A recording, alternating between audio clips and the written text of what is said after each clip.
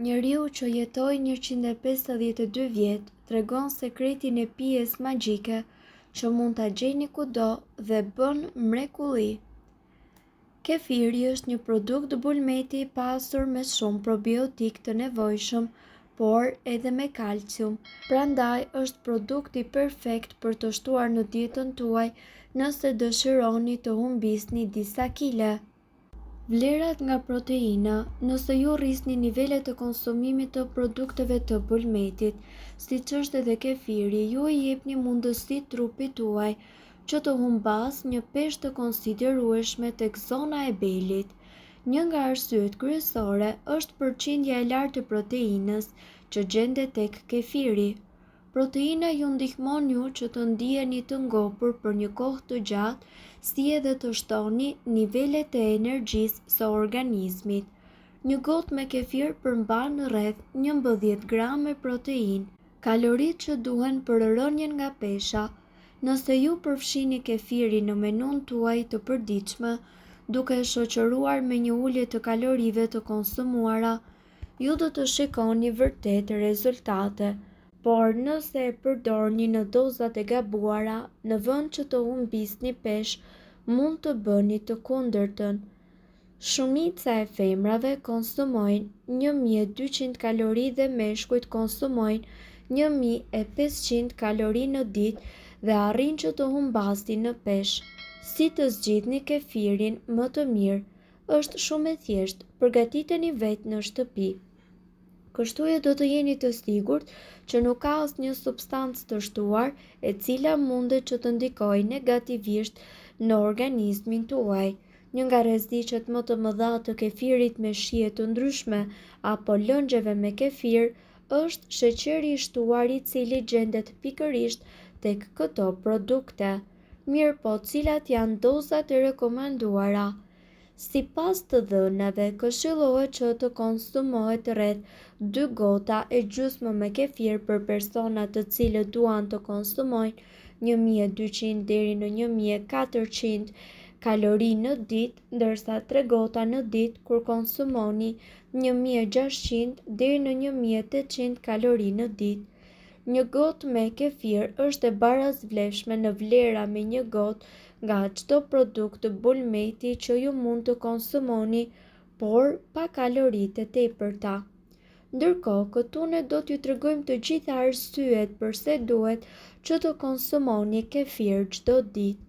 Kefiri, një produkt i fermentuar i pasur me probiotik, i cili mundet të përdoret si një ilaç natyral për gjendje të ndryshme shëndetësore, duke përfshirë sindromën e zorrëve të irrituara, alergjitë, rënien e imunitetit e të tjerë. Pavarësisht të llojit që ju përdorni, kefirin nga qumshti i dhis, kefir me qumshtin e lopës ose kefirin me qumshtin e arrës së kokosit, shtimi i pijes të fermentuar në dietën tuaj mundet që t'ju ndihmojë në forcimin e sistemit tuaj imunitar dhe të luftoni bakteret e dëmshme. Kefiri ka gjithashtu aftësinë që të promovojë shumimin e baktereve të mira në zorr, ndaj ne këtu do t'ju tregojmë të gjitha këto përfitime. Nxit imunitetin. Kefiri përmban komponime shëruese përfshirë biotin dhe folate që punojnë për të mbrojtur qelizat nga dëmtimi.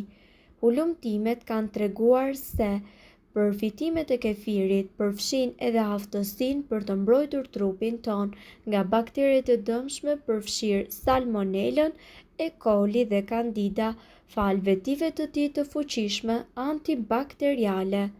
Ndihmon në forcimin e kockave.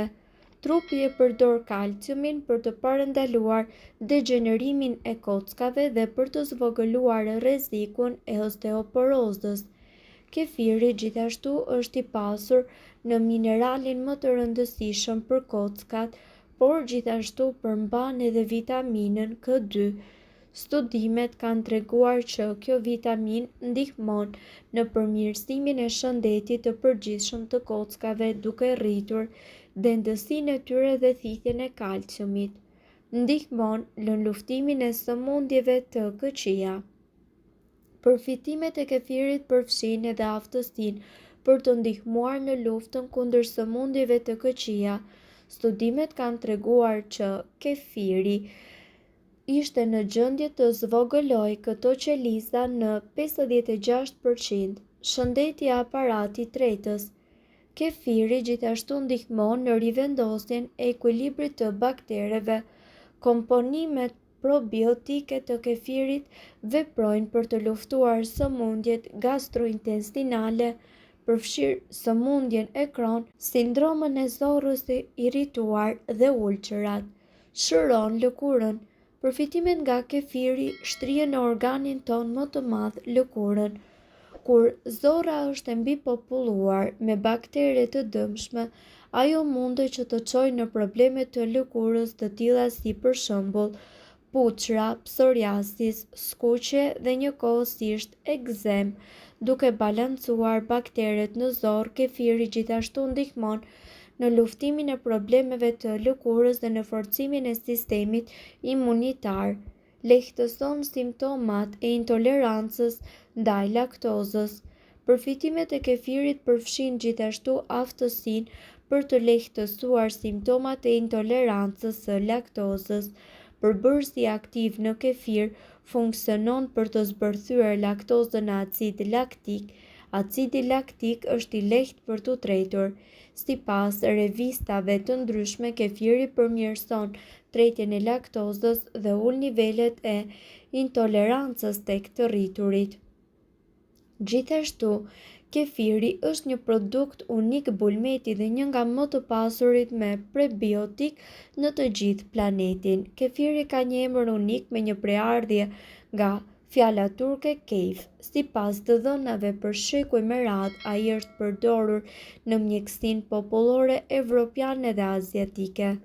Tani ai njihet si një nga ushqimet më të shëndetshme të shekullit 21 dhe gjendet edhe në supermarkete. Ai është i pasur me probiotik dhe me përbërës aktiv të mirë për stomakun. Kefiri është qumësht i fermentuar i cili ngjan dhe shijon njësoj si kosi. Është konsideruar si një nga ushqimet dhe produktet më të mira të bulmetit. Kefiri përmban shumë kalcium dhe vitaminë K2, dy përbërës të rëndësishëm për eshtrat të cilat parandalojnë rrezikun e frakturave me 81%. Ai gjithashtu përmirëson tretjen dhe pakson ndjeshmërinë ndaj laktozës dhe problemet me tretjen e saj.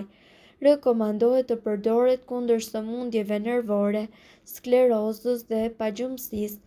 Sipas mjekësisë është e rëndësishme konsumimi i 1 litri kefir në ditë kundër anemisë, por gjysmë litri kundër bronkitit, astmës apo problemeve me zorrën e trashë.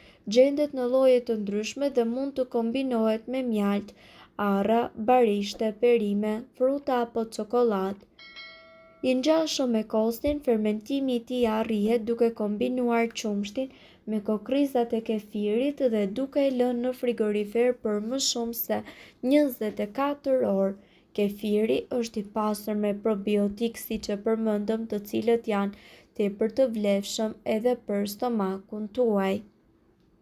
Mirëpo duhet të dini, informacionet në këtë video kanë për qëllim të plotësojnë dhe të mos zëvendësojnë këshillat e mjekut tuaj dhe nuk kanë për qëllim të mbulojnë të gjitha përdorimet e mundshme, masat paraprake, ndërveprimet ose efektet negative.